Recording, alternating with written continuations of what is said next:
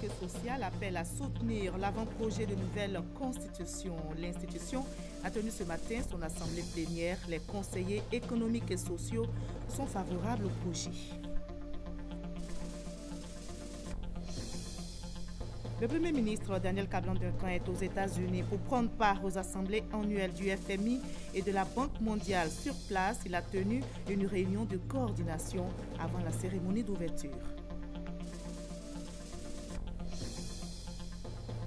Le ministre d'État, ministre de l'Intérieur et de la Sécurité vient d'avoir une rencontre avec la hiérarchie de la police nationale. À l'ordre du jour, les tristes événements survenus ces derniers jours à Katiola et à Assini, des dérives observées dans les rangs de la police nationale. Qui succédera à Ban Ki-moon à la tête de l'Organisation des Nations Unies? Le nom est connu, il s'agit d'Antonio Guterres, ancien Premier ministre portugais dans les années 90. Voilà pour les grandes lignes. Bienvenue sur RTI 1.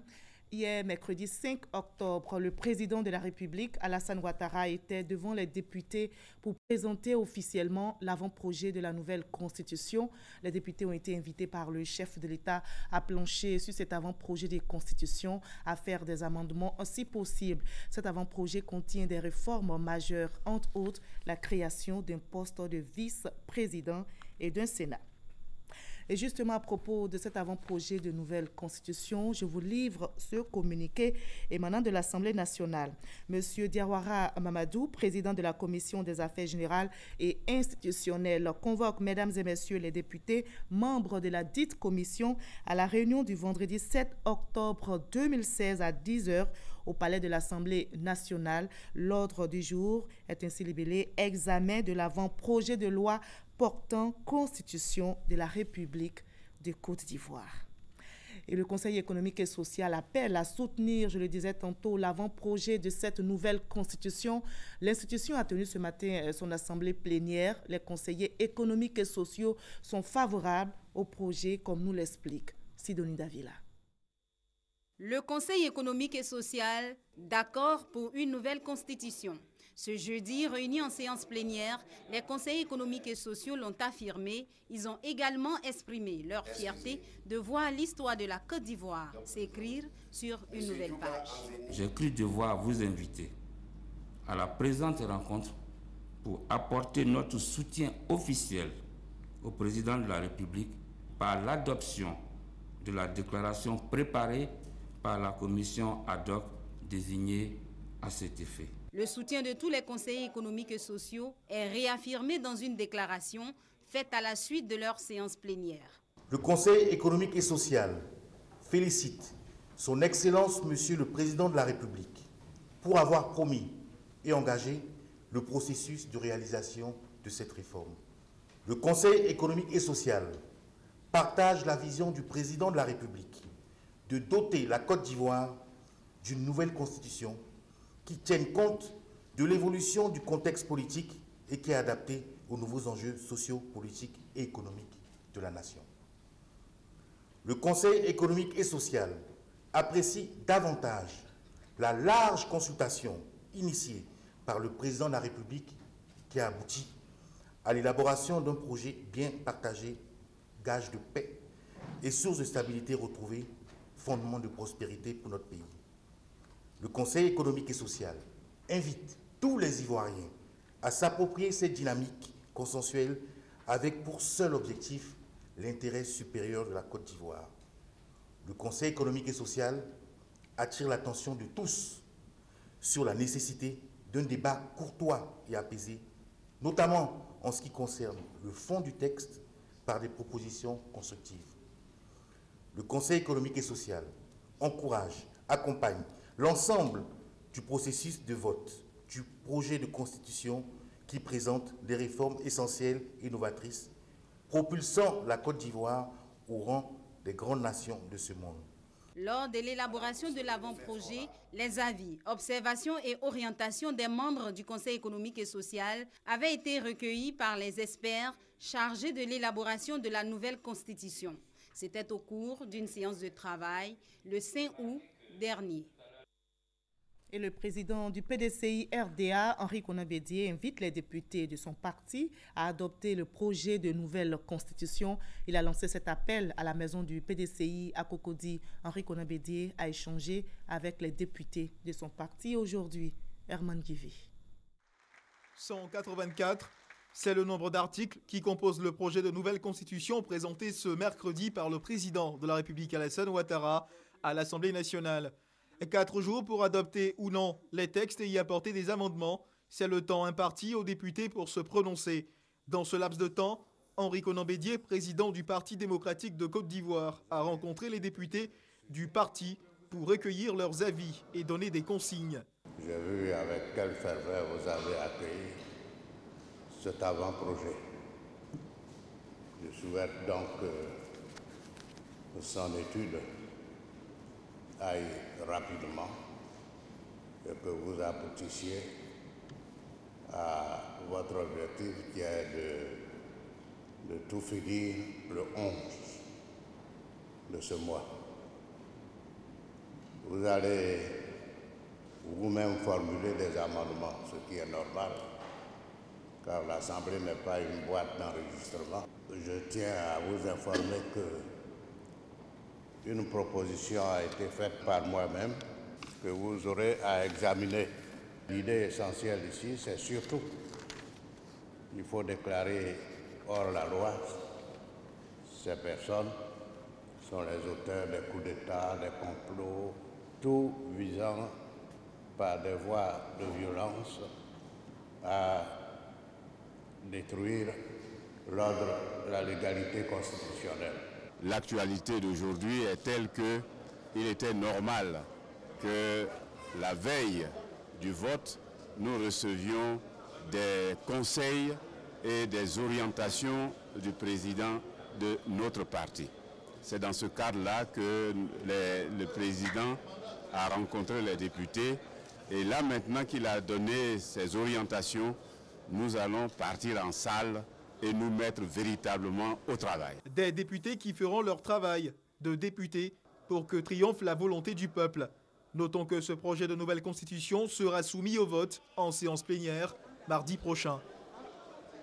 Le directoire du Rassemblement des Oufouettistes pour la démocratie et la paix s'est aussi réuni ce matin, toujours à la maison du PDCI RDA à Cocody. Le directoire invite les groupes parlementaires à adopter le projet de nouvelle constitution en vue du référendum dans les meilleurs délais. Nous écoutons le président du directoire du RHDP, Amadou Soumaoro.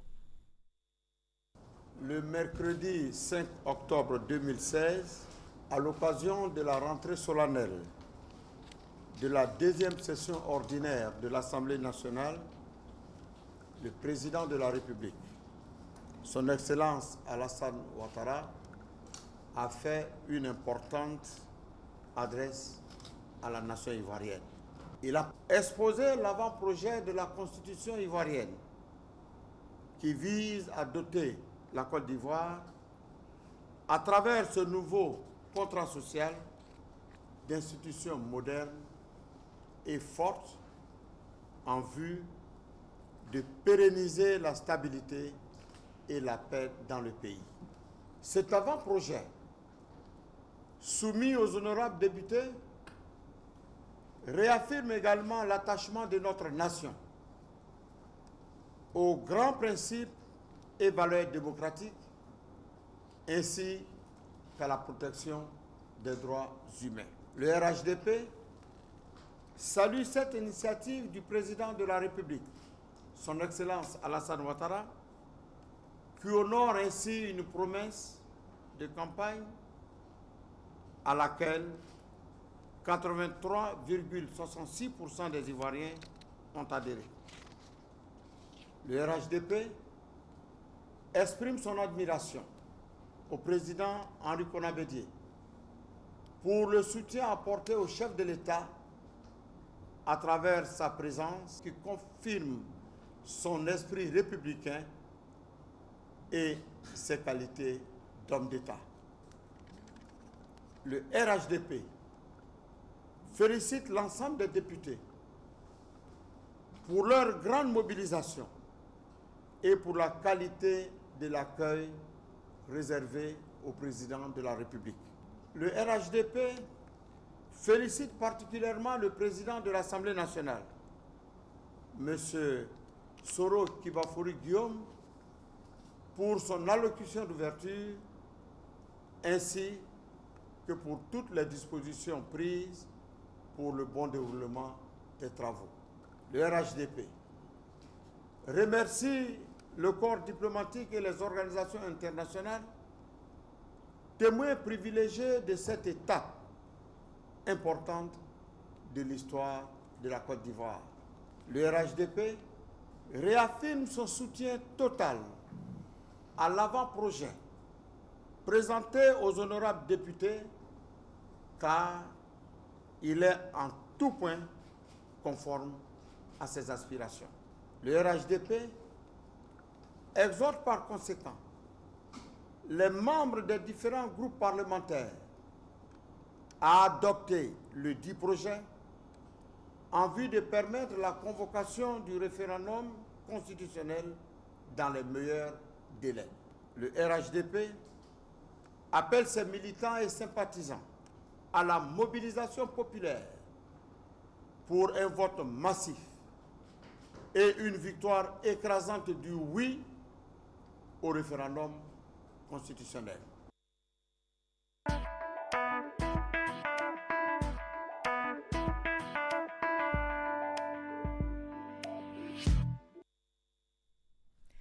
Dans la Troisième République en question, nous vous tendons le micro pour connaître votre avis sur certaines questions. Si je vous demande de faire la différence entre la révision et l'élaboration d'une constitution, pourquoi élabore-t-on une nouvelle constitution? Que renferme ce processus? Voyons maintenant la réponse de quelques téléspectateurs. Avant, la femme était marginalisée dans le pays. Maintenant, on voit qu'il donne une place à nous les femmes. Donc vraiment, je dis déjà merci. Nous ne sommes pas d'accord avec la démarche. Et puis pour nous, l'heure là n'est pas faite pour nous refaire une nouvelle constitution. En Côte d'Ivoire, très peu de gens connaissent ce que c'est que la constitution. Pour une fois, le chef de l'État s'adresse à la nation pour parler de la constitution. Il nous appartient à nous, qui avons de courage de transmission avec la population, de prendre de faire de ça notre affaire. Il fallait beaucoup de courage, il fallait beaucoup de détermination, ce qui a été fait. En tout cas, nous avons apprécié à sa juste valeur. Nous avons suivi avec le plus grand intérêt la présentation du président à l'Assemblée nationale. Il veut une Côte d'Ivoire plus unifiée. Il veut une Côte d'Ivoire où les libertés sont valorisées à travers donc une constitution qui sera débarrassée de tous les articles confligènes. Je voudrais aussi saluer l'Assemblée nationale qui vraiment fait chorus avec le président de la République pour que toutes les lois qui vont amener notre pays à l'émergence soient votées. Le président a parlé énormément des femmes. Nous avons des députés qui sont à l'Assemblée nationale, qui nous fassent le retour, faire connaître ce que le président est en train de faire. Parce que moi, je sais qu'en tant que chef de famille, ce qui n'est pas bon, il ne peut pas proposer à ses enfants. La nécessité pour la Côte d'Ivoire de se doter d'un acte constitutionnel fort. Nous félicitons le président de la République qui est en phase avec nos aspirations. Voilà pourquoi élabore-t-on une nouvelle constitution. Vous avez votre avis sur la question, mais je vous propose de voir maintenant l'analyse de l'expert en droit. Maïsako a tendu son micro à Dr Guibesongi Ndatien. Il est docteur en droit et avocat. Les Ivoiriens vont bientôt exercer leur droit de vote à travers le référendum pour marquer leur approbation ou non à la nouvelle loi fondamentale. Une nouvelle constitution dont l'élaboration diffère d'une simple révision de texte. On parle d'élaboration de constitution lorsqu'il s'agit de doter le pays d'une nouvelle norme fondamentale en remplacement du socle constitutionnel précédent. C'est-à-dire c'est une nouvelle constitution, c'est une nouvelle loi fondamentale qui va régir l'État. On va parler de révision de la Constitution lorsque la Constitution en vigueur n'est pas abrogée, n'est pas changée, mais conservée, mais réviser ou modifier en certaines dispositions. Ici, le principe aussi, c'est d'éviter les révisions intempestives de la Constitution, parce que cela fragilise la Constitution, mais d'avoir des révisions suffisamment espacées dans le temps. Et ces révisions vont permettre la durabilité, la longévité, la pérennité de la Constitution. Dans la Constitution actuelle, les articles 124, 125 et 126 prévoient la révision des textes, mais restent muets sur l'élaboration d'une nouvelle Constitution. Cependant, cette pratique ne découle d'aucune procédure préétablie. En Côte d'Ivoire, l'initiative d'une réforme de la loi fondamentale a été prise par l'exécutif, qui dans la pratique disposait de plusieurs modalités. En pratique, on verra deux modalités. La première, c'est l'Assemblée constituante. Donc c'est une assemblée qui est mise en place et qui a des pouvoirs uniquement constituants. Alors on parlera d'assemblée constituante souveraine ou non souveraine, selon qu'elle a compétence à la fois de rédiger et d'adopter ou non le texte. L'assemblée constituante peut être également exclusivement ou non exclusivement constituante, selon que les attributions qu'on lui donne se limitent ou non à des matières purement constituantes. Mais ce pouvoir constituant va élaborer une constitution, un projet de constitution ou un avant-projet qui lui sera soumis à l'adoption des citoyens. Vous avez la seconde modalité qui est l'élaboration du texte ou du projet de texte par l'exécutif. Et à ce niveau, vous avez l'exécutif assisté, c'est-à-dire notamment le président de la République ou le gouvernement, assisté le cas échéant par un comité d'experts, un comité technique ou experts, qui élabore un texte et ensuite qui est soumis à un référendum. Selon le docteur Guy Bessongui, 3 raisons principales peuvent être à l'origine de l'élaboration d'une nouvelle constitution. L'élaboration d'une nouvelle constitution provient ou est provoquée par plusieurs éléments. Soit à la naissance d'un État, on va élaborer une nouvelle constitution du moins, à titre initial ou originel, soit à l'issue d'une révolution ou d'un coup d'État, ou la troisième situation dans laquelle on peut se trouver, c'est l'élaboration d'une constitution à la suite de la prise de conscience de l'inadaptation ou de l'échec des institutions actuelles. Dès la prise de l'initiative visant à élaborer une nouvelle constitution, le président de la République a voulu adopter une démarche inclusive en procédant à une consultation des différentes couches sociopolitiques. Le processus renferme également l'adoption du projet en Conseil des ministres. Il présente une innovation, la consultation de l'Assemblée nationale avant la consultation populaire qui est le référendum. Le Parlement, ici, il faut voir qu'en examinant cet avant-projet de constitution, va être plus ou moins la partie où le peuple s'implique dans la phase d'élaboration de la Constitution. Et la seconde phase où le peuple qui, lui, directement, va adopter par voie référendaire. Donc nous aurons l'implication, la participation indirecte du peuple à travers la consultation du Parlement et puis la participation directe du peuple à travers le référendum. Avec le projet de nouvelle constitution, la marche vers la Troisième République est entamée. Reste aux populations de garantir ou non son effectivité le 30 octobre prochain. Voilà, et c'est avec cette analyse du docteur en droit que nous refermons cette page consacrée à la Troisième République en question. Le ministre d'État, ministre de l'Intérieur et de la Sécurité, Ahmed Bakayoko, vient d'avoir une rencontre avec la hiérarchie de la police nationale. À l'ordre du jour, les tristes événements survenus ces derniers jours à Katiola et à Sini, des dérives observées dans les rangs de la police nationale. Herman Guivé pour le reportage. Le ministre d'État, ministre de l'Intérieur et de la Sécurité, Ahmed Bakayoko, pas du tout content des dernières bavures observées au sein de la police. Ces bavures sont inadmissibles. Le ministre d'État, ministre de l'Intérieur et de la Sécurité, Ahmed Bakayoko, donne de la voix et condamne ces agissements qui tendent a jeté le discrédit sur la police nationale. Tous ceux qui ont commis ces actes seront traduits devant le tribunal militaire. Nous avons engagé également la responsabilité de leur chef sur le plan administratif. J'accorde du prix à ce que vous puissiez prendre en compte ce message. Que c'est notre image, c'est votre image, c'est notre tenue, c'est votre tenue. Ce n'est pas acceptable qu'en moins de 3 mois, on puisse dénombrer au moins 6 cas de ce genre de bavure où des hommes ou des femmes ont trouvé la mort.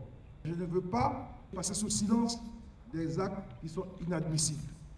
Nous avons le devoir d'avoir une relation de transparence. Nous avons le devoir d'avoir une relation de vérité. Qu'on ne donne pas un pistolet à n'importe qui. On ne donne pas une dotation d'armes à un fonctionnaire quelconque. On le donne aux policiers parce qu'on sait qu'ils savent en faire usage et que cet usage sera dans le sens de la protection des populations et non le contraire. Le policier est au service de la population, il assure la sécurité des biens et des personnes, il ne doit être en aucun cas un danger pour cette population. Ahmed Bakayoko appelle les forces de police à ne jamais s'éloigner de ce sacro-saint. Il invite par ailleurs les populations à se garder de se rendre justice, rappelant avec insistance que seule la collaboration entre la police et les populations permettra de venir à bout du grand banditisme. Nous partons pour les États-Unis d'Amérique. Le Premier ministre Daniel Kablan-Duncan prend part aux assemblées annuelles du FMI et de la Banque mondiale. Il est arrivé hier à Washington où se tiennent les assises. Sur place, il a tenu une réunion de coordination avant la cérémonie d'ouverture. Le reportage de notre envoyé spécial, Adama Koni. Après 10 heures de vol, c'est à 2h15 GMT ce jeudi que le Premier ministre a fait son entrée au Carlton Hotel de Washington. Daniel Kablan-Duncan conduit une importante délégation aux assemblées annuelles du Fonds monétaire international, FMI, et de la Banque mondiale du 5 au 9 octobre 2016. Aussitôt a-t-il déposé ses valises qu'il entame une séance de travail avec les membres de la délégation, dont les ministres Jean-Claude Oubrou, Rémi Alakwadio et Adama Kone. Au bout d'une heure de temps, 3h30 GMT, l'équipe s'accorde sur l'agenda de la délégation ivoirienne. Il est prévu, entre autres, des panels sur l'investissement dans la petite enfance pour la croissance et la productivité, l'amélioration de l'environnement des affaires en Côte d'Ivoire, le point du changement climatique en Afrique, des visites et d'importantes rencontres telles que celle du 9 octobre avec la directrice générale du Fonds monétaire international, Christine Lagarde. Les assemblées annuelles du FMI et de la Banque mondiale sont un rendez-vous des dirigeants du monde et experts en économie pour traiter des grandes questions de développement et de la lutte contre la pauvreté. Loin de Washington, ici à Abidjan, se déroule depuis ce matin jusqu'à demain la 2e édition des Journées de l'entrepreneuriat féminin. C'est une initiative de la CGC, la Confédération générale des entreprises de Côte d'Ivoire, qui veut aider les femmes entrepreneurs à affirmer leur leadership et à se positionner en tant qu'actrices clés du développement économique, nous dit Juliette Ouya. Selon une étude faite en 2013 par le Centre de promotion des investissements en Côte d'Ivoire, sur 800 entreprises, environ 133 appartiennent aux femmes. Leur capacité à entreprendre reste donc très inférieure à celle des hommes. Autre difficulté, l'accès au financement. Il faut quand même avoir un financement. Je n'ai pas de financement. Je vole de mes propres ailes. Il faut déjà sortir de l'informel si on veut pérenniser son activité. C'est donc pour encourager l'entrepreneuriat féminin et booster le leadership des femmes que la Confédération générale des entreprises de Côte d'Ivoire, soutenue par ONU Femmes, organise les 6 et 7 octobre la 2e édition des Journées de l'entrepreneuriat féminin. Nous avons un plaidoyer qui va permettre de lancer un appel aux partenaires au développement pour qu'ils permettent de nous accompagner dans cet élan d'identification des femmes entrepreneurs de Côte d'Ivoire. Parce que nous avons pour objectif de peser que valent ces femmes entrepreneurs dans l'économie ivoirienne en Côte d'Ivoire Et pour répondre à ces préoccupations, il nous faut chiffrer, identifier. Au menu, des échanges d'expériences, panels et autres présentations de programmes d'appui aux femmes entrepreneurs. Les deuxièmes journées de l'entrepreneuriat féminin s'annoncent fructueuses. Le ministère de l'Artisanat et des petites et moyennes entreprises envisage dans les prochains jours des mesures pour alléger la fiscalité des PME. Après les femmes, ce sont les enfants qui sont les plus heureux. Le gouvernement américain et le programme alimentaire mondial ont décaissé 21 milliards de francs CFA à leur profit. Ce fonds vise à soutenir les cantines scolaires des régions du nord et de l'ouest de la Côte d'Ivoire. Environ 613 écoles primaires publiques vont bénéficier de ce fonds et un comité de pilotage ainsi qu'un secrétariat exécutif ont été mis en place. Pagassoro connaît. Le Cavali, le Bafing, la Bagoué, le Poro, le Tchologo, le Bunkani et le Gontougo. Cette région du nord et de l'ouest de la Côte d'Ivoire qui bénéficie du programme Marc Govendol des vivres pour l'éducation. Programme qui vise à réduire la faim, à lutter contre les carences alimentaires, à améliorer la santé des enfants et leur capacité d'apprentissage et à alphabétiser les femmes des groupements mobilisés autour des cantines scolaires. Ainsi, 21 milliards de francs CFA permettront à 125 000 enfants dans environ 613 écoles primaires publiques rurales de bénéficier sur une période de 5 ans d'un repas équilibré et riche. Et pour un meilleur suivi et une bonne gestion de ce programme, un comité de pilotage et un secrétariat exécutif ont été mis en place en présence de la ministre Kandia Camara et du représentant pays du programme alimentaire mondial PAM. Leur mission, conseiller, assister, orienter le programme. L'appui du programme Magovendol du département de l'agriculture des États-Unis permettra d'offrir cet ensemble d'interventions complémentaires en matière d'éducation, de santé et de nutrition. La Côte d'Ivoire ne compte pas rechercher une chose et son contraire. Alors qu'elle veut institutionnaliser l'accès à l'école à travers la loi sur la scolarisation obligatoire, elle refuse que la faim du midi vienne ruiner nos espoirs et nos efforts et surtout notre espérance. Ce programme, qui est un appui à la pérennisation des cantines scolaires, va également permettre aux écoles à cantines de ces zones de bénéficier de plusieurs appuis dans les domaines de la fourniture des vivres, de la santé, de l'apprentissage, de l'écriture et de la lecture. Le nom a été dévoilé aujourd'hui par le Conseil de sécurité de l'ONU. Antonio Guterres a reçu le soutien unanime des 15 membres du Conseil de sécurité pour succéder à Ban Ki-moon en janvier 2017. Mais ce choix doit encore être approuvé par l'Assemblée générale de l'ONU, ce qui devrait être une formalité avant d'entrer en fonction le 1er janvier prochain. Ancien Premier ministre portugais dans les années 90, Antonio Guterres a été le chef du Haut Commissariat aux réfugiés pendant 10 ans. Il promet de servir les plus vulnérables. Et c'est l'une des missions de l'ONU, assister les personnes en détresse en Haïti. C'est la désolation après le passage du puissant ouragan Mathieu.